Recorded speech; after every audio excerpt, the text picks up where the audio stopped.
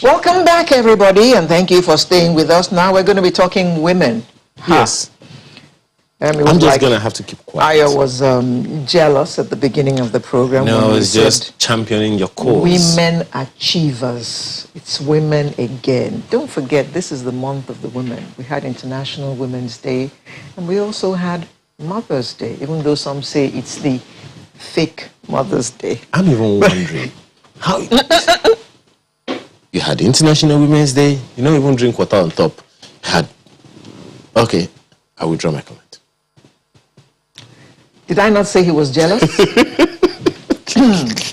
Right. So in commemoration of the International Women's Day, the alumni associations under the USGEAA, which stands for United States Government Exchanges Alumni Association, they nominated some female members as Women Achievers for the year 2021, based on their impressive social enterprises, which represent the ideals and vision of the according to Ayo, the vision of the USGR for social transformation. You didn't hear it from me.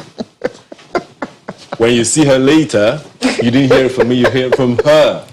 Well, we have some of these nominees with us this morning, and it's my pleasure to welcome the Secretary General of USGR.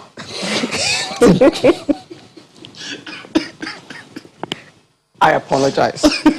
The Secretary General of USGEAA, Tinola, I know. Thank you. Good morning. Being here. Good morning. We also have Rhoda Robinson, who is International Visitors Leadership of the International Visitors Leadership Program. Good morning. Thank you. And joining us virtually. She'll join us later. Okay. Yeah, but I'm really curious, and I want to find out what the USGEAA is about. So let me ask you, Tinola, because Exchanges Alumni Association, what does it mean?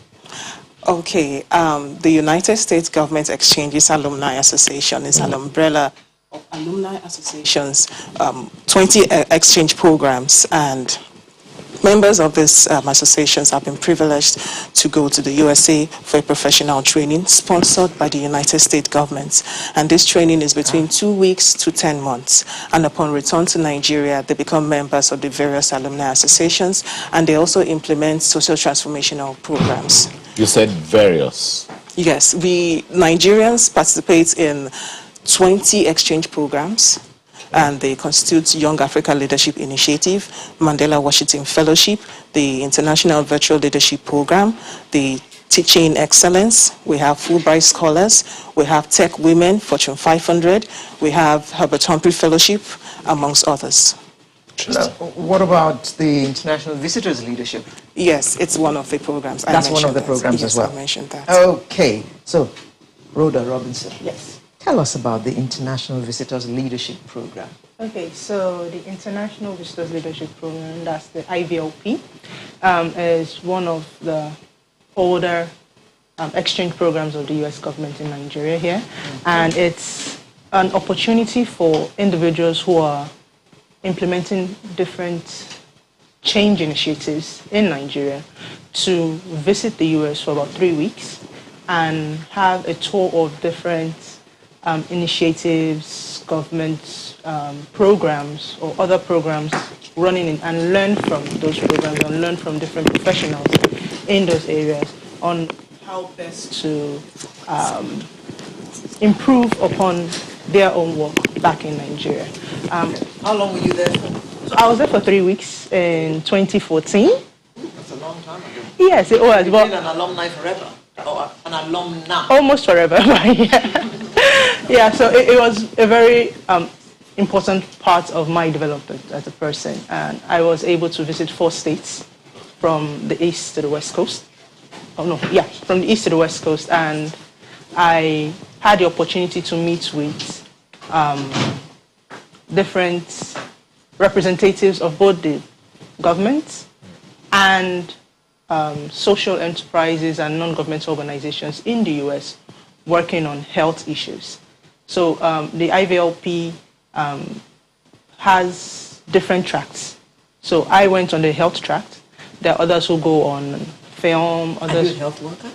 So I'm a project coordinator, developer. I'm a social change maker. Let me put it that way. Okay. Yes. Let me go to Doris, and I'll come back to you, and so Okay. you can tell us exactly what you learned over there. Okay. How it's impacting on what you're doing in Nigeria. Mm-hmm.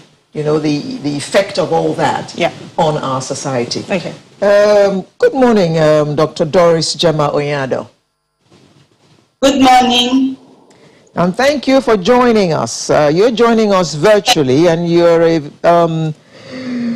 fellow, Mandela Washington Fellow. Yes, I am. But we can't see you. Hello. Yes. Hello. Both physically and spiritually. But There you are. Right. Okay. Now, what is it being a Mandela Washington Fellow? Wow, being a Mandela Washington Fellow has really offered me a lot of opportunity to interact with people from different caliber. It was really an interesting part of my life and journey as an entrepreneur. In 2017, I was selected among 1,000 young African youths to the United States on an exchange program, fully sponsored by the United States. In that program, we had like 4 tracks. I was under the business and entrepreneurship track. There is the civil track. There is those working in the public service track. And being in that fellowship gave me the opportunity to see young Africans doing amazing work in their countries and looking for different ways to make our nation our continent a better place. one of the questions, of course, you'll still answer Alara's question, Randa, but let me stay with Dr. Onyado for a bit. One of the questions some might be asking is, what would you say is the reason, from what you have found out, from what you have read, is the reason for the U.S. government being interested in this, and how, what was the plan, in your opinion, to spread that influence you are gaining on the people under your influence? Okay, I think for the U.S. Government, they wanted us to develop a kind of leadership skill and mentality, and to actually find ways to impact in our communities, irrespective of where we are. So typically, the program is meant for us to go out there, get enough of knowledge to be able to come down here and implement it. And I know they were choosing people who were doing little things in their corners, because they wanted it to have a ripple effect in our society. For the program, there is no way you go for the program and you're left to remain in the United States. No, you're not left to remain in the United States. You're asked to return back to Nigeria or your country and actually find a way to start implementing what you have learned, start imparting in the society, start sharing your knowledge so that it could have a ripple effect. Well, that's the question that goes straight to Rhoda. Exactly, because I saw that she was even excited about it. Okay, so I think I'll give a background. Okay, so in 2007, I founded an organization with some colleagues of mine called Hasty Health Initiative. And through this organization, we've been working on different health and empowerment issues as well as rights issues. Then in 2012, I was opportune to be selected as a Carrington Youth Fellowship Initiative, fellow, basically. So that 1 year gave me an opportunity to further see how best, and that program is also run by the US government in Nigeria. It gave me the opportunity to see how best or how more I could scale up my impact.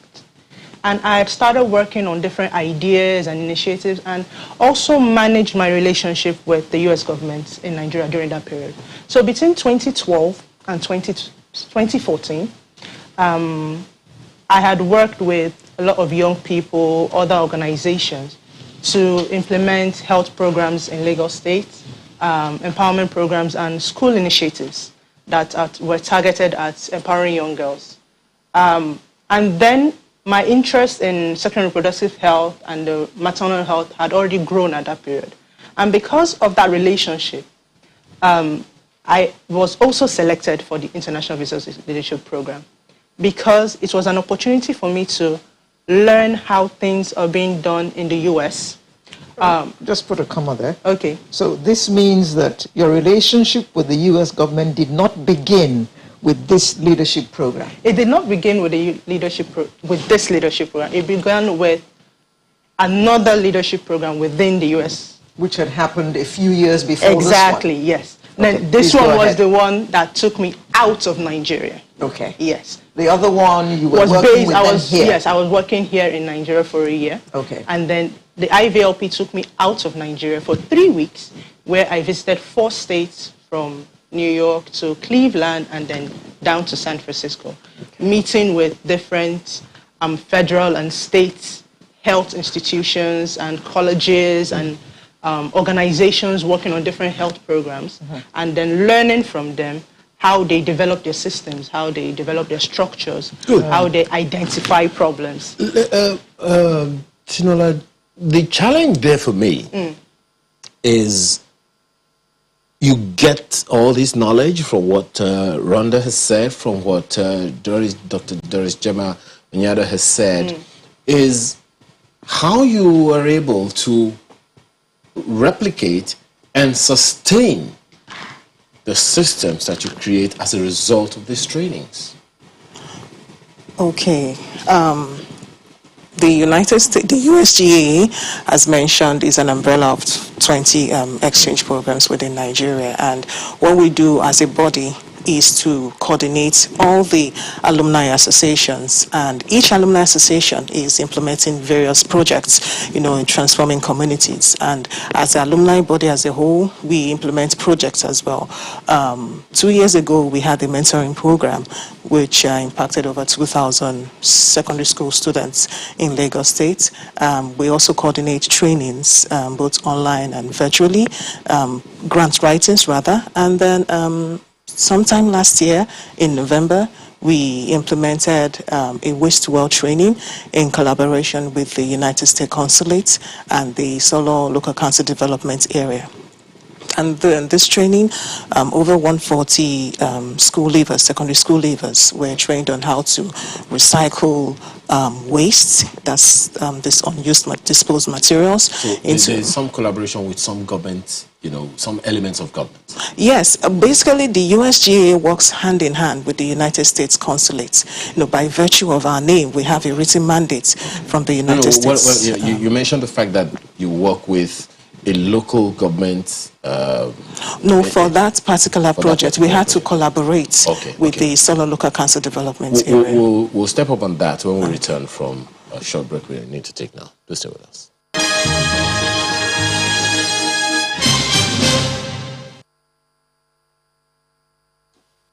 Yes, so you were saying something. Thanks for saying us, by the way. You were saying something about, the collaborations that you usually, as I said, since you are the clearinghouse for all these programs, I'm wondering the kind of feedback you have gotten from the various programs, especially when it comes to implementing some of those things or domesticating some of their learnings, from the U.S., of course, Rhonda Johnson, for instance, who spent 3 weeks abroad, and Dr. Onyado, who also has benefited, so to speak. So I'm just wondering, what kind of feedback do you get about whatever challenges or whatever successes they have recorded in replicating their learnings domestically? Okay, let me use this recent project we implemented as an example.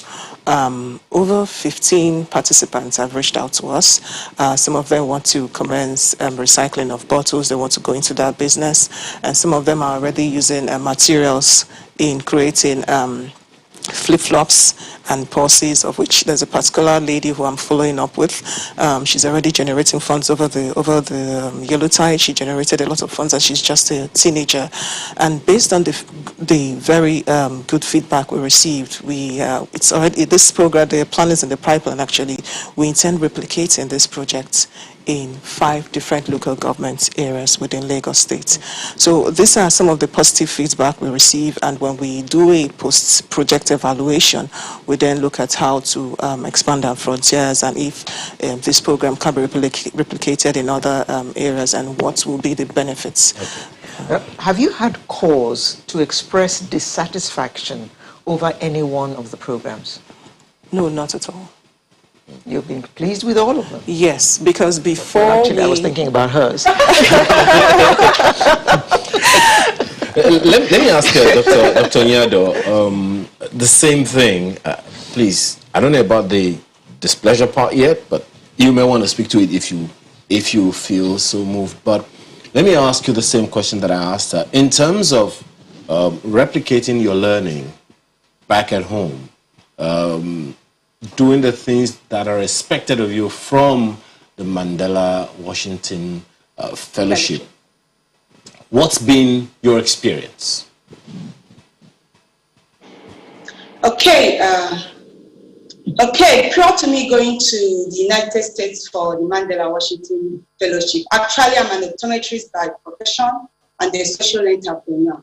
I've been working in the eye care space over a period of time, and I wasn't only relying on having people walk into my clinic to consult me.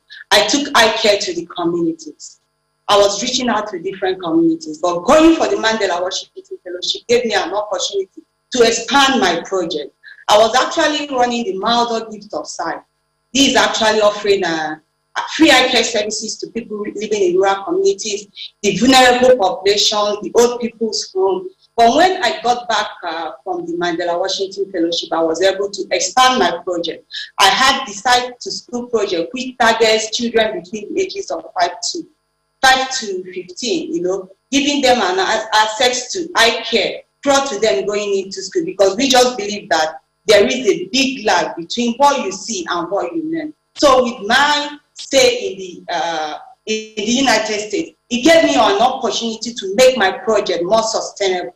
More sustainable in the sense that I have been able to build products that I can sell to around the eye care space I sell, to be able to fund those projects and eye care. In that way, I'm trying to bridge the gap between affordable and access to affordable eye care, and also giving people who have no right to getting eye care the opportunity to have free eye care services and treatment interventions. And I feel from the time I went for the Mandela Washington Fellowship till date, I've been able to reach out to a whole lot of people. My presence is in many communities, more than 15 communities presently, and I'm still working on that. And I think my impact has actually made me to expand my healthcare into other aspects, like trying to empower women, especially those living with visual disabilities. So I think the program has really... Yeah, we'll come to the women empowerment part in a bit. It excites me as well. But let me ask you the same question, Rhonda, because I saw that you are really, you're wondering, okay, this systems thing, right? You create a system based from your experience, the things that you have seen in those 4 cities that you went to in the United States of America, replicating them at home. In fact, maybe I should ask you, when you were seeing them in the US, your mind must have been flying home. Yes. And? It's when I can do this as well. So I have a platform. My organization is called HACI Health Initiative. So on returning back to Nigeria, I knew what I needed to do. I think I took 2 things from that trip. One, the need to give back to society, and the need to not just focus at the ground level, but looking at policy change, looking at systems change, not just working with communities, but working with gatekeepers of those communities, working with the governments, the custodians of those communities. And over the last, it's been 6-7 years now, I have, through my organization, HACI, we've developed programs. We started with running mentorship programs in different schools. We have a safe space, and we train other young people to create safe spaces for girls in their communities and support girls to actually be more and do more. Currently, with support from the United Nations Trust Fund to End Violence Against Women, we are working with 3 state governments in southwest Nigeria to look at policies and develop better policies and better implementation plans for ending female genital mutilations within the state. Some people might say there is no real correlation, but when you've seen something that works, it helps you think better on how do you solve an existing problem. How do you define the pathways that would lead to your current challenges to the impact you want to see? Wanting to do them is one thing. Yes. Having a system to start is another thing. And the wherewithal. The capacity to sustain, that's another thing altogether. Yes, and a lot of people think once you just get one training or one opportunity, that's all you need. No. So from there, I have been consistently developing myself and my organization to make sure that opportunities that arise, partnerships that would make your impact greater or bigger, are created so that you don't just work in a silo. You're actually able to affect change, not just where you are, but in different areas in where the country you are. Hasty started working in 2 states, Kwara State and Lagos State. Now we're in 15 states. We cover the entire southwest Nigeria, running programs on maternal health, on female genital mutilation, on sexual and reproductive health, on empowerment, on water, sanitation, and hygiene. So it depends on how you take that opportunity and you use the platform that you have to create better change. And I think that's one of the most important things to take out, or that I took out of that experience. How would you assess your impact on all these fronts that you have mentioned? I think one of the ways I access it is if those I have worked with are able to replicate that same kind of mentality or have keyed into that vision and are working towards it. Let me give you an instance. A couple of years ago, we started working, when we started expanding, what we had done then was to go to these states ourselves and see how we can effect that change or implement those interventions. But working with locally led organizations makes it easier for you to, one, take the knowledge that you have over the years from your different experience and share that with another organization. Most of the time we work with young organizations and youth-led programs, and share that knowledge, share that experience, share that connection with that institute, that organization or that person, so that they can actually make that change within their local area as well. So that's one of the things I can say, okay, we have done this. And I had also mentioned about training young people to create safe spaces. Okay. Now, there's this thought that a safe space can only be a physical space. But our own thinking is that if you have the knowledge required to create that safe space, you can make any space a safe space. No matter how small. No matter how small. It doesn't have to be within the 4 walls. Hello, permit me to expand this conversation a little bit. And let me start with you, Tinola. Clearly, rather, let me assume that this program, this exchanges programs, would first of all have to affect, or rather, necessitate an evolution in the individuals themselves. Yes. Before it is taken further. Yeah. Let's take the leadership program, for instance. Okay. You can't be a leader to other people if you're not able to lead yourself. That's very assumably. Yes. So what kind of impact have you seen in the lives of the beneficiaries? What transitory process have you seen in terms of feedback now from the individuals who are the primary beneficiaries before even taking it beyond, to impact their environments? Okay. Every single alumni member who has passed through the exchange program have always given positive feedback on how the training transformed their lives, and it was sort of like a platform to launch into the world. Take, for instance, I'm an alumni of the Young African Leaders Initiative, and I was trained in Ghana. That's where I was secretary assist, and Before then, I was involved in developmental projects, and then going through that training, it gave me a better view of what exactly leadership is all about. And actually, that's where my leadership journey started. And then I became involved in alumni activities. I started, it expanded my network, and then I began to see more leadership potentials in myself, and then I became a better person. And then I also met with other people who share the same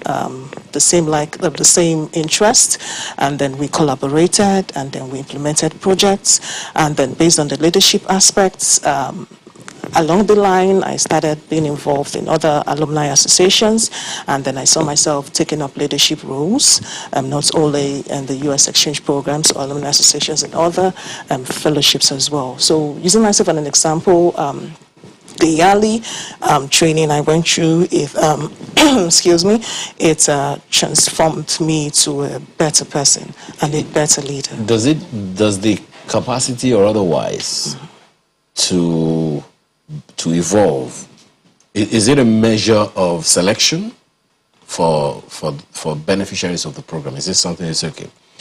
In other words, does the person have to be amenable to be a beneficiary of the program, or is it just about anybody? Okay, so the exchange program as a whole, you have to apply. Like I mentioned, there are over 20 exchange programs you have to apply, but you have to be someone who is sort of like a social entrepreneur, and you've been impacting your community, because that's what the U.S. government wants to see. They want to see people who have been there impacting their communities, locally, and then when they see that potential and they know if they train this person will be able to replicate and impact more communities. So what happens is that you apply to the exchange. The website is www.exchanges.state.gov. That's where publication is made on various alumni calls for application.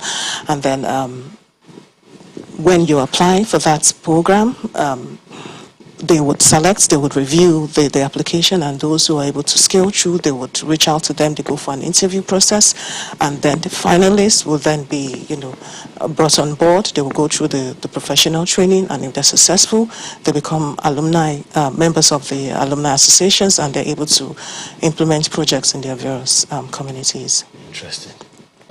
You will have your say, but we need to take a short break.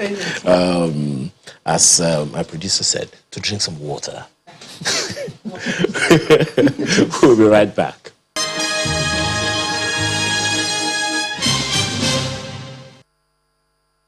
Okay, so we're back in the conversation. So let me ask you, Rhonda, same question perhaps, about how it has to first of all transform you before you can transform anyone.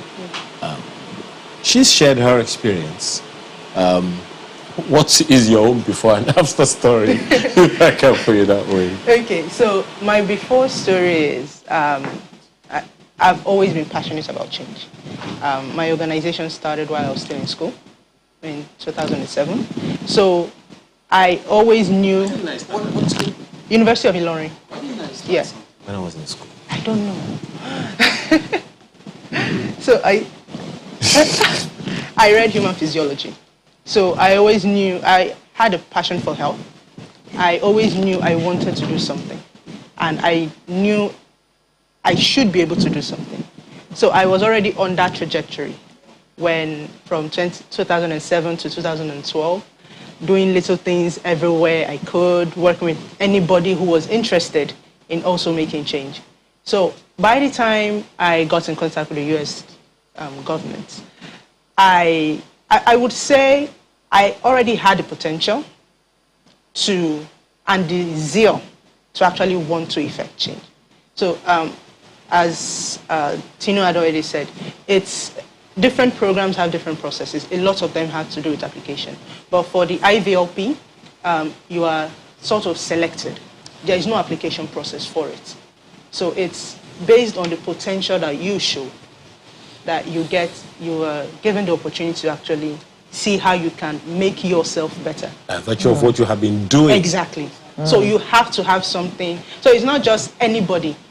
You are literally challenging someone who is thinking about, should I be doing something, to actually get up Exactly. and do something. If you are thinking it, you should do it. I like just do it, basically.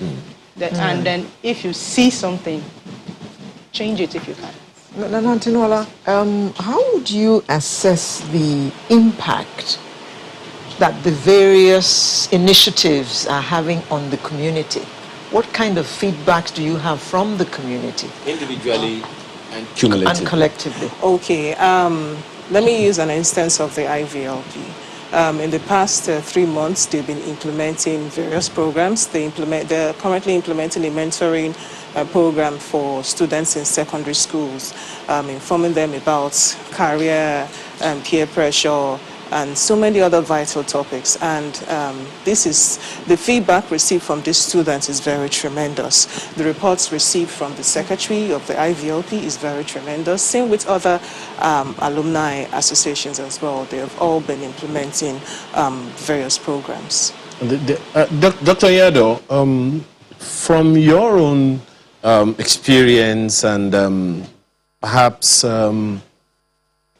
neck of the woods, if I can use that term, and talking about impact, what kind of responses are you getting as far as impact, direct impact is concerned, and how does that encourage or discourage you to want to go on or not?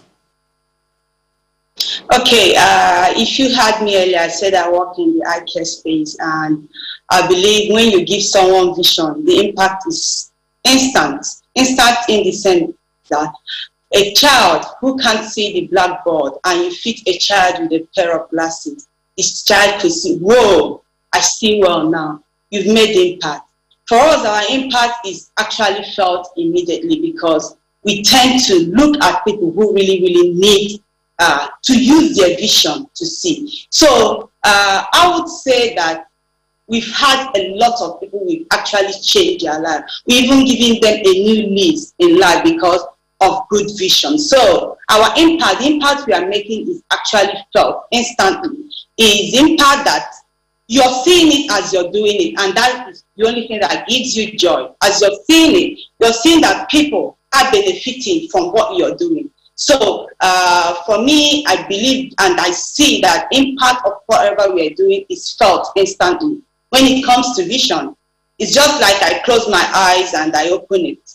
There is a whole difference from that.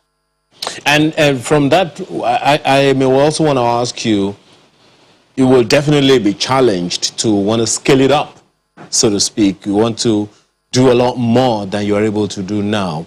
What's the thinking? What's the plan? What's the vision? Okay, the vision was to actually replicate what I'm doing in different states. Actually, 2020, we've already set out our plan. That was last year. We wanted to call it the Eye Care Connect. We wanted to connect every state, from one state to the other. But because of the COVID-19 and also the insecurity in the country, we weren't able to do it because I was supposed to implement that project on universal eye care because that gave me an opportunity to win an innovation challenge from the WHO Africa. So we were supposed to roll out the innovation in 2020. But because of the COVID-19 and a lot of insecurity in the country, we had to pause on that project. But the idea which we are working on is to start within places that are safe and replicate what we are doing in places that are safe that we can actually go to without having a security issue. But I know that with what is ongoing now, we are trying to find other ways to be able to have make people have access to eye care without having issues. That is why now we are focusing more on people living with the visual disability, those that already know we cannot help them with their vision, but we can actually reinstate them into life to have something to do so that they don't keep depending on people, to have their work done. Two quick questions, one to you, but to you, Tinola, very, very quickly. How do you manage perception? Because once anyone hears U.S. government, dollars. Yes, yes, that's So very true. how do you manage perception in the selection process? Selection process? In the people who benefit from the program. How do you manage perception of the people? How do you manage their expectations based on their perception? Okay, so what we let them know is that we let them know what the structure is about, how we are affiliated to the United States Consulate, but how we are benefits of the training programs, managed by the United States government. So what we let them know is that as philanthropists, as social entrepreneurs, we're trying to give back to the society through corporate social responsibility. Very true. And this project would actually impact their lives. Yes, that's... Okay. So to you, Rhonda Johnson, you would also want to, you're already in 15 states, Governor General already. So I would just want to find out very, very quickly from you, in terms of vision, because the challenge here is communicating your intentions to people who may or may not have the kind of knowledge, the kind of exposure that you have. What's the reception like? The challenges you have, and what's the plan to take it further? Okay, so the perception is that, as you said, when you hear U.S. government, all you see is dollars. But the truth is that when you find people who have the same kind of passion that you do, it really doesn't come into the discussion. I'll give you an example. Haiti runs an essay competition every year for International Day of the Girl Child. And over the last 4 years, we've been able to select teenage girls who had a vision of what they wanted to see Nigeria to look like. And we've been able to group them together and work with them to actually actualize their dream. Okay. So they are the future that we want to see. Basically, I want to see a whole army of young people who have the same vision for change, and then going out there with the right amount of reality to actually change what needs to be changed in our society. Well done, That's your ladies. You have your work cut out, so we do wish you all the best. Thank you. Dr. Doris Gemma Onyado, who joined us virtually, she's a Mandela Washington Fellow. We have Rhoda Robinson, International Visitors Leadership Program, and Tinola Aino, who is Secretary General of USGEAA. Thank you all very much for coming, and we do wish you all the best. Thank you. Sunrise will return with the home stretch in just a moment. Don't go away.